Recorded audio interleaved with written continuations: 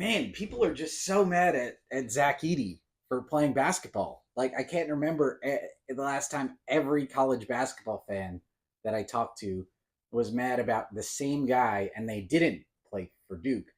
People are almost as mad at Zach Edey for playing basketball as they are at me for getting all the picks in my video entitled Most Accurate Upset Picks Wrong. I'm sorry about that.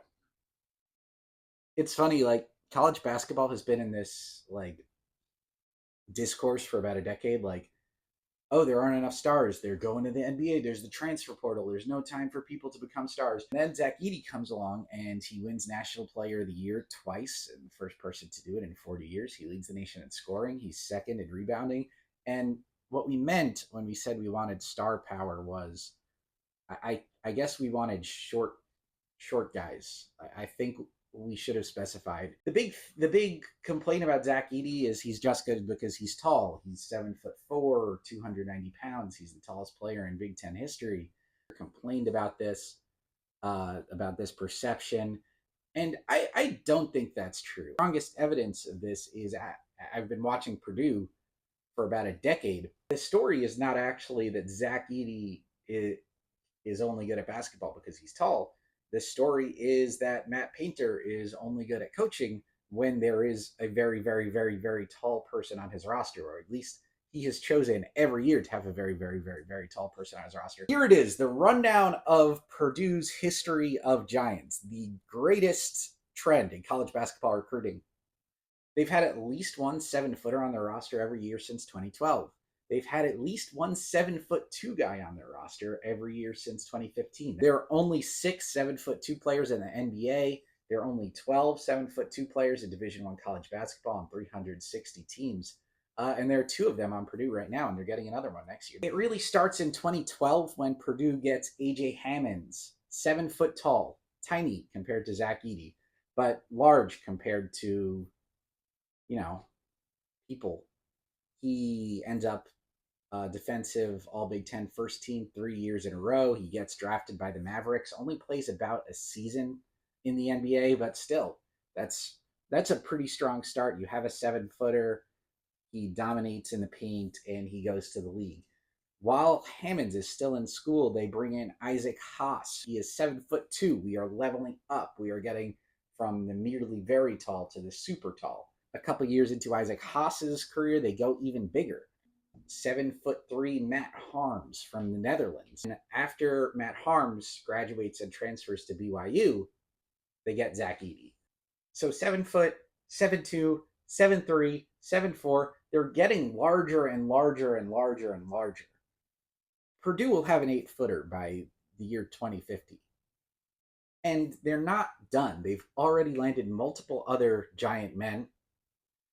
Currently on Purdue's roster is Will Berg from Sweden. He's 7'2". He redshirted as a freshman, which is pretty rare these days. He kind of played sparingly. They don't take Zach Edey off the floor very often, and he wouldn't play another position. So he hasn't gotten to play that many minutes, but they have a 7'2" backup for their 7'4" starter. And in next year's class, they have 7'3" Daniel Jacobson. They have 2 7'2" guys on the team this year, and they'll have it again next year and the year after that, and they'll just keep on having 7'2" people forever and ever. I've wondered why all the 7'2" guys go to Purdue. It's not like, Isaac Haas went and, became an NBA superstar. What's the pitch? I've really been wondering, and I have 2 theories. The first is that Purdue is home to the world's largest drum. It's debated. Texas says they have a bigger drum, but I've seen the drum. It's really big. It's a big drum. The drum is bigger than the people.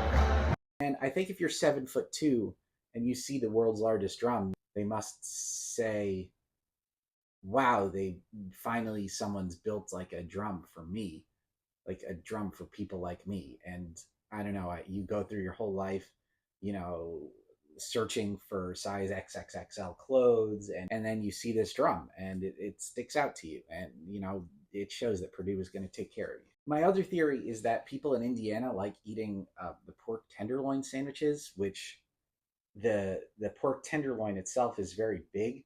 It takes up several feet, and then there's a little bun like placed on top of it, like almost like a tiny little hat.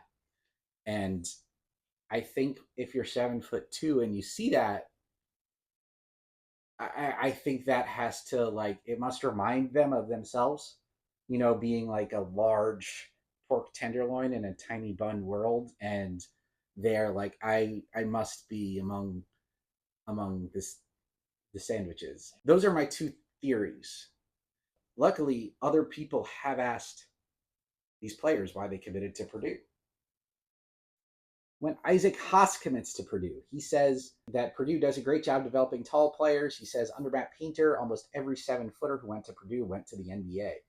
I'm not sure who told Isaac Haas this, because at the time it wasn't true, and it still isn't true. And Matt Harms, when they asked him why he committed to Purdue, he says some of the greatest big men are coming out of Purdue. That was accentuated on my visit. I kept coming back to that every time I was thinking about making a decision. When Zach Edey is committing, he actually is a great recruiting story, because he spent most of his life playing hockey and baseball in Canada. Hits a growth spurt. He's committing between Purdue and Baylor. He said that when Baylor was recruiting him, they had to bring out clips from 5 to 10 years ago to show him how they would integrate a 7-footer into their offense. But Purdue just showed the clips from this year, and that stood out to him. He also says when he commits that Purdue has a really good reputation with people of my stature. The Giants respect them, and they ask Will Berg from Sweden, why did you pick Purdue? He says, well, Purdue is the big band. Now listen, I went to Sweden and they don't sound like this.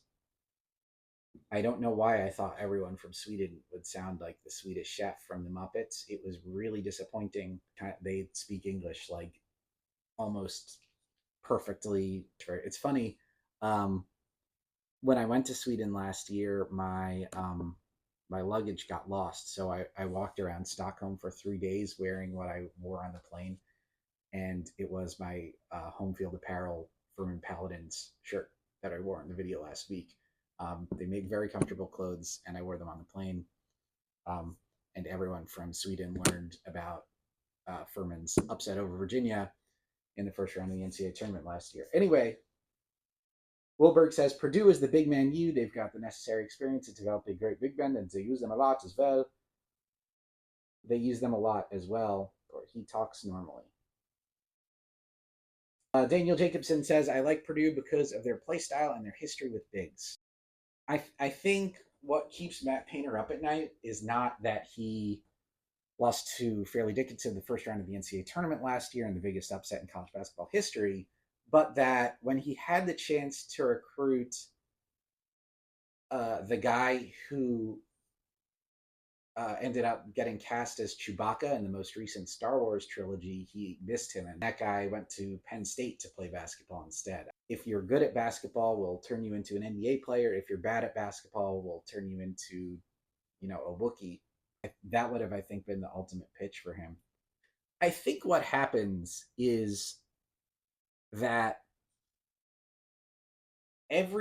someone at Purdue, someone in the engineering or the astronaut department, they have a lot of astronauts, built like a sort of radar system for Matt Painter. And how this works is whenever there's a very large baby born somewhere on the planet, if it's in Europe, if it's in South America, Matt Painter gets like a ding, and he sends one of his assistants off across the globe to go to the home of this baby, like when Jesus is born and the wise men show up. Matt Painter sends out his assistant, and he shows up at the house with a very large pair of baby shoes. They're actually just normal shoes. And the assistant says, congratulations on your very large baby. In 18 years, they must come to West Lafayette, Indiana to play basketball. And there's another guy outside of your house right now from Florida State. Don't listen to him. He does not care about your large baby like Purdue will care about your large baby. We've just listed 6 basketball players, 4 of whom are done or almost done with their careers. And Will Berg has been at Purdue for 2 years, and only one of them is Zach Edey. If the pitch is we're going to turn you into a better player, 4 years ago, Zach Edey did not look like a first-round pick. Even at the beginning of this year, he did not look like a first round pick. Now ESPN has him going in the lottery, going 14th. I think basketball fans really don't like him is because he is historically great at drawing fouls. Um, Number one in the country in fouls drawn per 40 minutes. He has shot 392 free throws this year, heading into the Sweet 16. That is more than anybody since Pete Maravich, uh, which I think it would be a great bit if we do the same thing for him, passing Pete Maravich's free throws in a single season record that we did for Caitlin Clark, passing his uh, all-time scoring record. Like we're going to put a mark down on the free throw line where he breaks the record. He shoots a lot of free throws. I think most of the time that's earned. He's very strong. He has great footwork. He gets good positioning. There is always just the one call per game where he just like Derrick Henry truck sticks a guy and somehow that guy gets called for the foul. It happened against Wisconsin where he just like you know drops a piano on this dude and the Wisconsin player gets called for the foul. But that's not Zach Edey's fault. I think he is a great player. What I will say is why it makes sense for Purdue to pursue this strategy. Matt Painter is making his life a lot easier. It is easier to scout 7'2" players. Look, that guy's 7'2". We should offer him. It is significantly more likely that they develop into great talents. The last person to win back-to-back National Player of the Year back in the 1980s was Ralph Sampson. He was 7'4". People, so do the math there. If of the 12 guys who are 7'2" or taller in college basketball, there is Edey, of course, the back-to-back National Player of the Year. But there's also Donovan Clingan on UConn. You're talking a national champion, potentially going to repeat as national champion. So that's what a 7'2" guy does for you. For major impact players on the last 16 teams left, like the odds that a 7'2" player is going to be a huge impact are off the charts. Purdue has built this strategy around this moment in time. You built yourself up as the place for 7'2", 7'3", 7'4" guys to come, hoping that one of them would turn into a player this dominant, who controls games this much, who can win you a national championship. Last year, they have the guy, they have Zach Edey, he's the best player in the country, and they lose because the college basketball gods have a great sense of humor. They lose to the shortest team in the country, Fairleigh Dickinson, where they're playing 5'6" and 5'8" guys, and there's nobody on the floor taller than 6'6", and they beat you with Zach Edey. These next 4 games are why you became Big Man U. This is why you get people to send their giant babies to your school for this moment right here. Let's see how many fouls they call on Zach Edey's opponents. Come on, you're very small. You're not 7'2".